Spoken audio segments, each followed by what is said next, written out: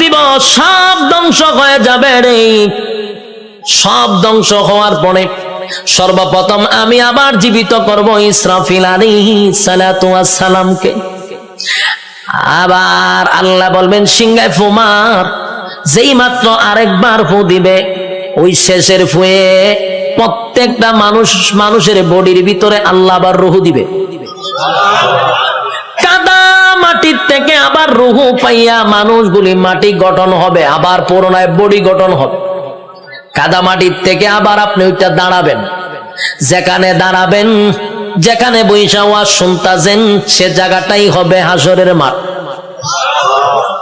যেখানে বই আওয়াজ শুনতাছেন, এটা হাসরের মাঠ হবে। এই পৃথিবীটাকে আল্লাহ হাসরের মাঠ বানায়া দিবে। কিন্তু এখনকার পৃথিবী আর তখনকার পৃথিবী একরকম নয় রে। তখনকার পৃথিবী আর এখনকার পৃথিবীর মধ্যে উল্লেখযোগ্য একটা বেশ কম থাকবে। এখন তো কত উঁচু উঁচু বাড়ি আছে, পাহাড় আছে, সাগর আছে, নদী আছে। তখন কিছুই থাকবে না, সমতল একটা মাঠের মতো। মানুষ সেখান থেকে এটা দাঁড়াবে। আর বিজ্ঞানী বলেন, মানুষকে আমি কেন দাঁড় করাবো জানো নি? দুনিয়ার জমিনে পরীক্ষা দিছিলি, আমি আল্লাহ সেটার রেজাল্ট তোর হাতে ধরায়া দিব। মানুষ গিয়া জমা হবে হাসরের মাঠে। কেউ পানি পান করবে, কেউ কলিজা পাটা পিপাসা লইয়া হাসরের মাঠে দাঁড়ায়া থাকবে। একদিন নয় রে, 2 দিন নয়, 50,000 বছর দাঁড়ায়া থাকতে হবে। সাধারণ কথা না, সাধারণ কথা না। পানির পিপাসায় জিহ্বা কুকুরের মতো বাহির হবে। আল্লাহর পয়গম্বর বরকতে হাত দিয়া কাউকে পানি পান করাবে, আর কেউ পানি না পান করে হাসরের মাঠে দাঁড়ায়া থাকতে হবে। 50,000 বছর বাড়ির কাছে না। সূর্যের তাপে মানুষের মাথার মগজগুলি গলে গলে পড়বে, জিহ্বাটাও বাহির হবে।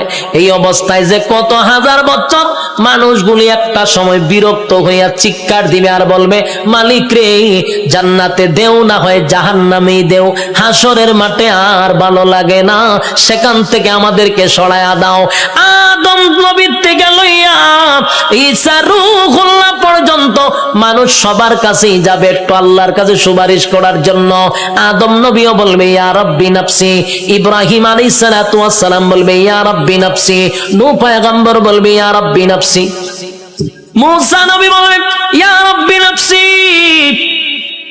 এইভাবে 1,02,24,000 পয়গম্বর ইয়া ঈসা আলাইহিস সালাতু ওয়াস সালাম পর্যন্ত সবাই একটা কথা বলবে, ইয়া রাব্বি নাফসি। আমার কি উপায় হবে? আজকে আল্লাহর সামনে কথা বলার সাহস কোনো নবীর হবে না। কথা বুঝতেছেন আমার? আল্লাহ এত রাগান্বিত। এই যুবক ভাই, আলোচনার শুরুতেই বলেছিলাম আল্লাহর নাম রহমান, দয়া মায়া বেশি। কিন্তু আল্লাহর গজব আমরা এখনো দেখি নাই, সেটা হাসরের মাঠে দেখব। আল্লাহ সেদিন কাহার রূপ নিয়ে দাঁড়াবে, সেদিন আল্লাহর সামনে কথা বলার সাহস কোন নবীরাও পাবে না, শুধুমাত্র কেবলমাত্র আমাদের নবী ছাড়া। আদম নবীর থেকে লইয়া ঈসা রূহুল্লাহ পর্যন্ত একটা কথাই বলবে, ইয়া রাব্বি নাফসি। আমার কি উপায় হবে গো? আল্লাহ খালি তর্জন আর গর্জন দিবে, তর্জন আর গর্জন দিবে, আর বলবে নাফরমানরা আমার নিয়ামত খাই আমার নাফরমানি করছস, আজকে দাঁড়া, কেউ কথা বলবে কিনা? আল্লাহ সেদিন বলবেন লিমানিল মুলকুল ইয়াউম, এই পৃথিবীর রাজা বাদশারা দাঁড়া, হামাইন্নারে ডাক দিব, নমরুদ্দারে ডাক দিব। আল্লাহ সেদিন বড় বড় ক্ষমতাশীলরে ডাক দিবে, নমরুদ্দা দাঁড়া, ফেরাউন্না দাঁড়া। আল্লাহ বলবেন সাজ্জাদ দাঁড়া। আল্লাহ এইভাবে আবু জাহেলকে ডাকবে, যত জালেম শাসক আছে সবগুলাকে আল্লাহ সেদিন ডাক দিবে। ভারতের দাদারেও ডাক দিব, ওয়াংশাংশচিরও ডাক দিব, বুসারেও ডাক দিব, সবাইরে ডাক দিব। বেডাগিরি তো কম দেখাইছ না, আজকে দেখা।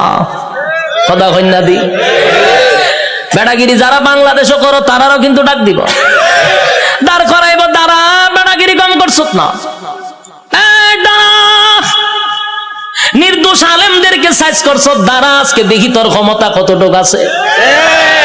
দাঁড়া, ক্ষমতা দেখতে লই আমি দাঁড়া। কেউ কথা বলবে না, নিস্তুপ হয়ে যাবে। কথা বলার সাহস আছে নি কেউ? এখন এনে কত বেড়াগিরি, এখন বেড়াগিরি অভাব নাই। সেদিন কেউ কথা বলবে না, কেউ কথা বলবে না।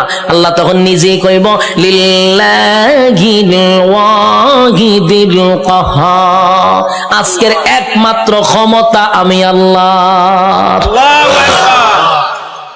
এই ভয়াবহ পরিস্থিতিতে কেউ কথা বলার সাহস পাবে না।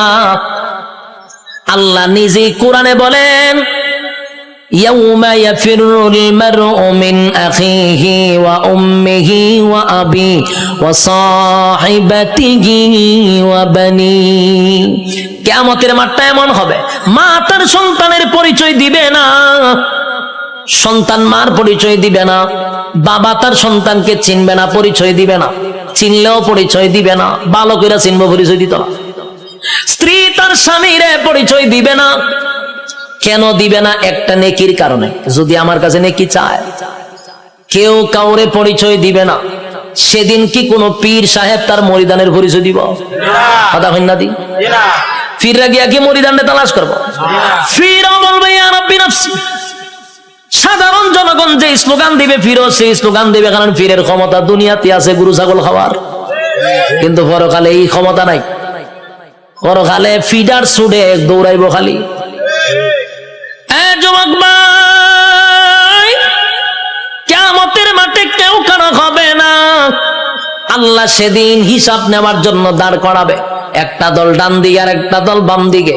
আল্লাহ যার কাছে হিসাব চাইব, রেজাল্ট যার হাতে দড়াইয়া বলবে হিসাব দে, আল্লাহর কসম জান্নাতের গ্রাণও সে পাবে না। আমার কথা বুঝতেছে? আজকে এই কথাটা সারা জীবন ইয়াদ রাখবেন। আল্লাহ যার কাছে হিসাব চাইব, হে কোনোদিন জান্নাতে যাবে না। হিসাব দেওয়ার মতো যোগ্যতা কারো নাই। আল্লাহ যারে জান্নাত দিব, বিনা হিসাবই দিব। সুবহানাল্লাহ। যারে জান্নাত দিবে গো, বিনা হিসাবে জান্নাত দিবে। কারণ হিসাব চাইলে বান্দা আটকা পড়ে যাবে। হিসাব চাওয়া মানেই হলো বিপদে পড়ে গেছ। আল্লাহ বামপন্থীদেরকে হিসাব নিবে। দুইটা দলে যখন মানুষ দাঁড়াইব, আল্লাহ তখন ফেরেশতাদেরকে বলবেন নাফরমান গুলাকে জিগা 24 ঘন্টাদের সময় দিছিলাম কোন কাজে ব্যয় করছে, আমি যে যৌবন কাল দিছিলাম কোন কাজে ব্যয় করছে, হিসাব দিত। হিসাবে আটকা পড়ে যাবে। আল্লাহ তখন ফেরেশতাদেরকে বলবে এটি নাফরমান, আমার দেওয়া নিয়ামত খাই আমার নাফরমানি করছে। আজকে তার হাতটারে লোহার মতো শক্ত করে দেয়, বাম হাতটারে লোহা বানাবে, শক্ত হয়ে যাবে।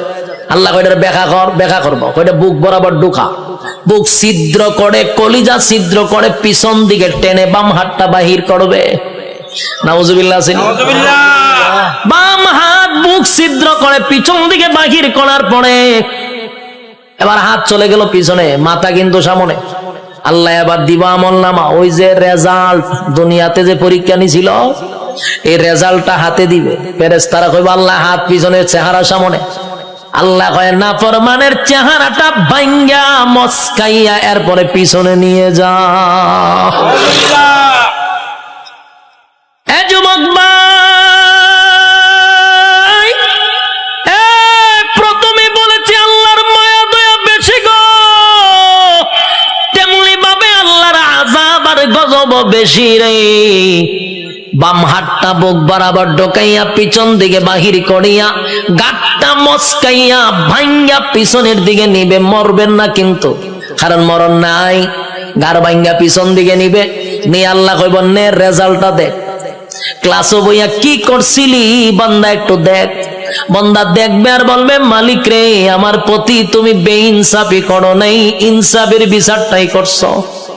কারণ সে দেখবে যা কিছু লেখা সব তার চোখের সামনে বাজবে।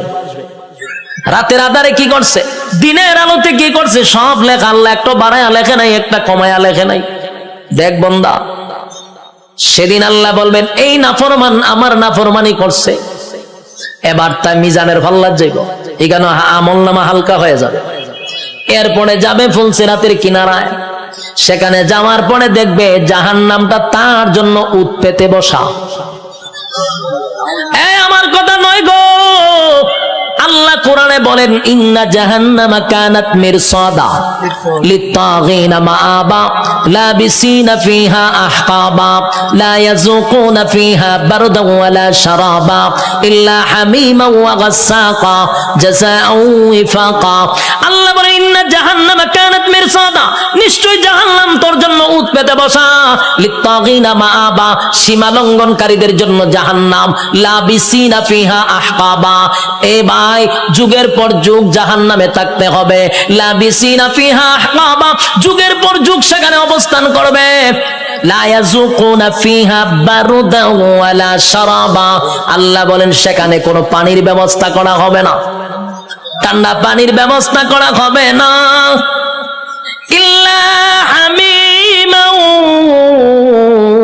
ওয়া গাসসাকা, তবে চিৎকার যখন পানির জন্য মানুষ করবে তখন আল্লাহ একটা পানি দিবে, এই পানিটা হবে তোর শরীরের রক্ত, তোর শরীরের পোষ, বিষাক্ত পানিটা পান করার জন্য দিবে, পানি গরম টকবক, পানিটা পান করার পরে জাহান্নামীদের নারী বুড়ি সব বাহির হয়ে যাবে পায়খানার রাস্তায়, চিৎকার দিয়া বলবে মালিক এমন পানি তো তোমার কাছে চাই নাই গো, এমন পানি তো তোমার কাছে চাই নাই, তোমার কাছে চাই নাই, এটা কেমন পানি দিলাম, বেদনা বিষাক্ত বেড়ে গেল। আল্লাহ তখন যে জবাবটা দিব এর থেকে আরো ভয়ানক জবাব, আল্লাহ কয় জাযাআও ওয়াফাকা, বান্দারে এটা তোর কৃত কর্মের পূর্ণ ফল।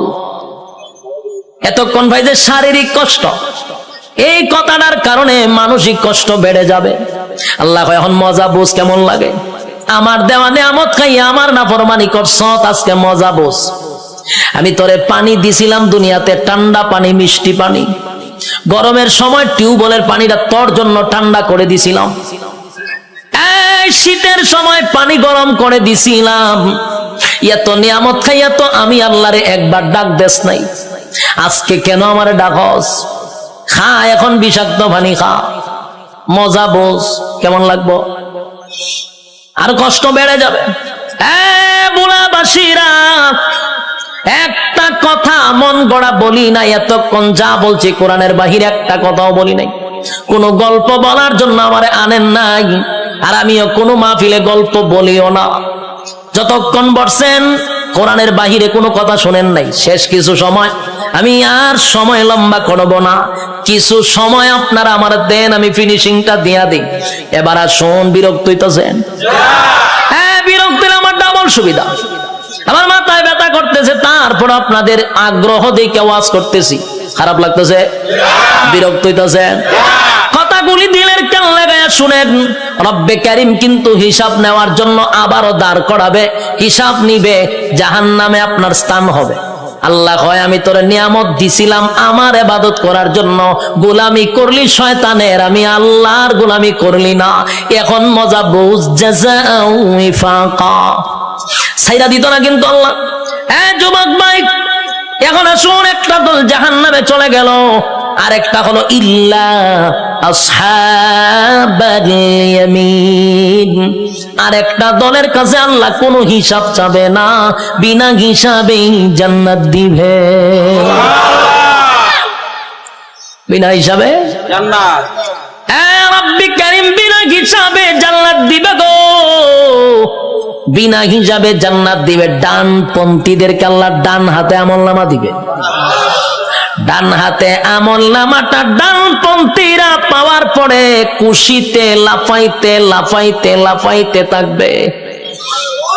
এত আনন্দ কেন জানেননি? নিম্নস্থলের একটা জান্নাতির জন্য আমার আল্লাহ এই পৃথিবীর 10টা পৃথিবীর সমান জান্নাত রাখছে। আর জোরে কোন আল্লাহু আকবার।